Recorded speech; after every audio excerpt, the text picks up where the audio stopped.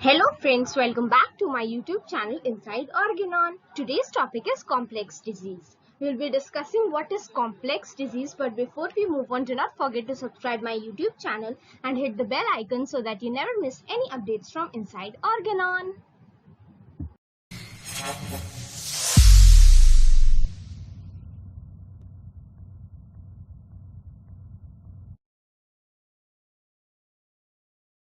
Let's begin with the definition of complex diseases. The complex disease is a disease condition when more than one dissimilar disease are present at the same time in a person. In other words, complex disease denotes the mixture of more than one dissimilar disease in a person.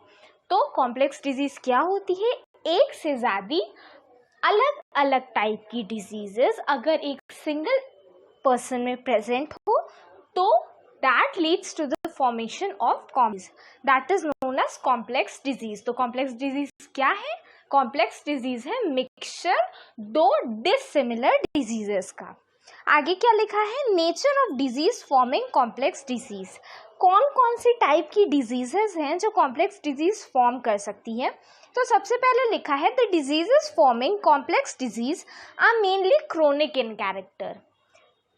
तो जो complex disease form करती हैं वो disease usually जो होती हैं वो chronic character की होती हैं. नेक्स्ट पॉइंट है in rare cases diseases may be acute in nature as observed by different observers. तो बहुत से ऐसे होते हैं जहाँ पे अक्यूट डिजीज जो होती है वो भी कॉम्प्लेक्स डिजीज का पार्ट होती है, नहीं तो ज़्यादातर chronic disease is the part of complex disease. ठीक है. Next, even a complex disease may be form being treated allopathically for a prolonged time when the original disease is only trifling one. ऐसा भी हो सकता है कई बार कि allopathic जो मेथड्स हैं उनकी वजह से भी बहुत देर तक जब एलोपैथी यूज़ की जाए या फिर एलोपैथिक ट्रीटमेंट दिया जाए उसकी वजह से भी कई बार कॉम्प्लेक्स डिजीज का फॉर्मेशन हो जाता है. इसका एग्जाम्पल है complex disease formed by chronic disease.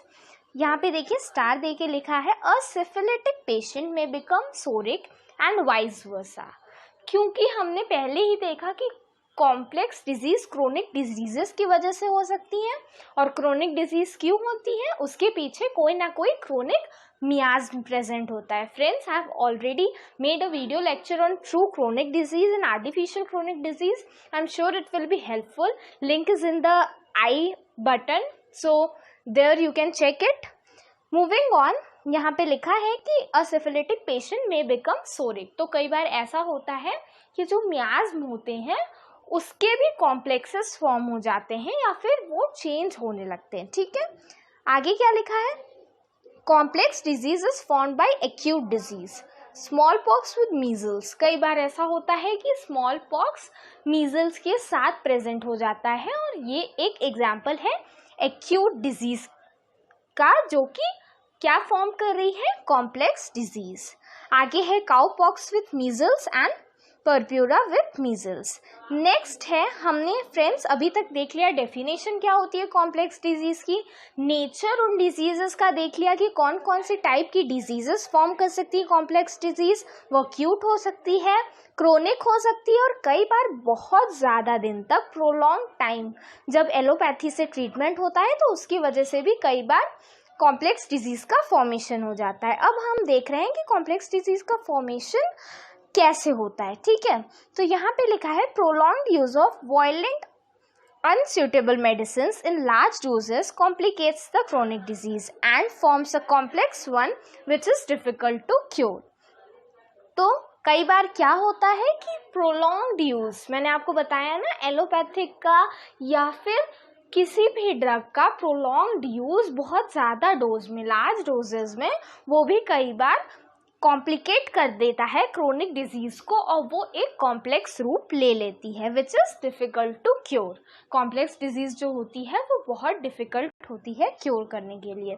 Friends यहाँ पे देखिए पेज 135 लिखा है, ये एक है, आप वहाँ अगर रेफर करेंगे तो आपको एक फ्लो चार्ट मिलेगा जो कि यहाँ पे प्रेजेंट है। देखिए यहाँ पे लिखा हुआ है treatment of natural chronic disease by prolonged uses of unhomoeopathic medicine in ever increasing doses.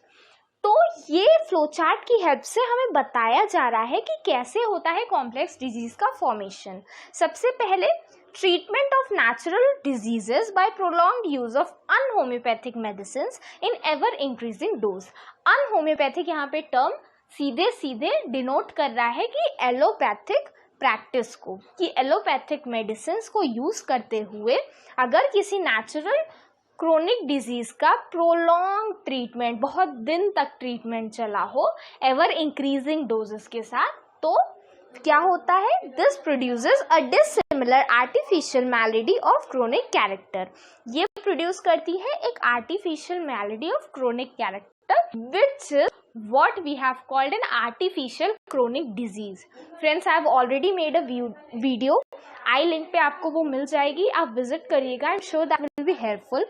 Moving on, joins the natural chronic disease. अब जो वो हार्श ट्रीटमेंट्स थे एलोपैथी के, उसकी वजह से, उसके प्रोलॉन्ग्ड यूज की वजह हुआ, एवर इंक्रीजिंग डोजेस की वजह से उसने एक आर्टिफिशियल क्रोनिक डिजीज प्रोड्यूस की, जो कि ज्वाइन कर गई किसके साथ, नेचुरल क्रोनिक डिजीज के साथ, और वो फॉर्म की किस चीज को, एक कॉम्प्लेक्स डिजीज को, which is difficult to cure.